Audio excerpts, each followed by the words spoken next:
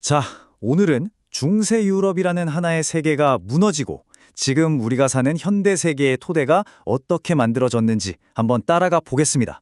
르네상스부터 종교개혁, 그리고 그 뒤를 이은 거대한 전쟁들까지 약 250년간의 격동의 시기를 다뤄보겠습니다.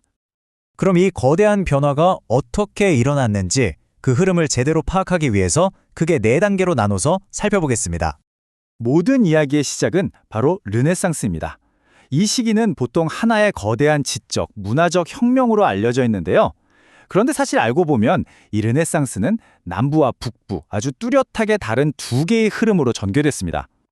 이 표를 보시면 그 차이가 확연히 드러나죠. 이탈리아는 고대 그리스와 로마의 찬란했던 예술과 문학, 즉 인간 그 자체에 집중하는 인문주의를 다시 꽃피우는 데 초점을 맞췄습니다. 반면에 북유럽은 바로 그 인문주의 정신을 가지고 당시 사회와 교회의 문제점을 날카롭게 비판하는 도구로 사용했죠. 돈을 대는 후원자도 완전히 달랐어요. 이탈리아는 돈 많은 상인이나 교황이었지만 북유럽에서는 왕이나 제후들이 후원자였습니다. 에라스미스가 알을 낳고 루터가 부화시켰다. 이 16세기 속담이 당시 상황을 정말 정확하게 보여줍니다. 특히 북유럽 르네상스의 비판 정신을 이끌었던 에라스미스 같은 인물이 우신 예찬 같은 책에서 교회의 타락을 신랄하게 공격하면서 곧 닥쳐올 거대한 종교혁명의 판을 깔아준 셈이죠. 르네상스가 만들어낸 이런 지적인 균열은 결국 종교의 영역에서 폭발하고 맙니다. 하나의 거대한 기독교 공동체였던 유럽이 완전히 조각나는 시대가 열린 겁니다. 여기서 두 인물의 생각이 근본적으로 갈라집니다. 에라스미스는 카톨릭이라는 시스템 안에서 문제를 고치고 싶어 했어요.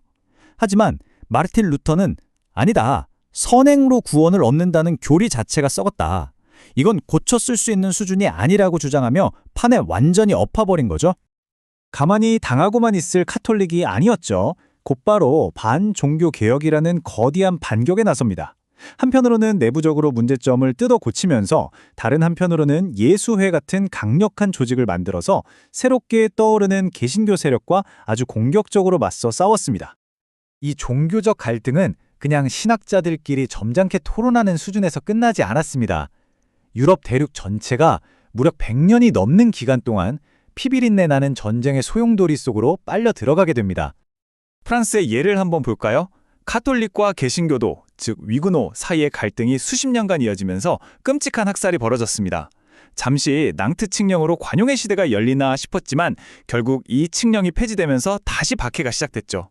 이때 기술 좋던 위구노들이 대거 해외로 빠져나가면서 프랑스 경제가 큰 타격을 입기도 했습니다.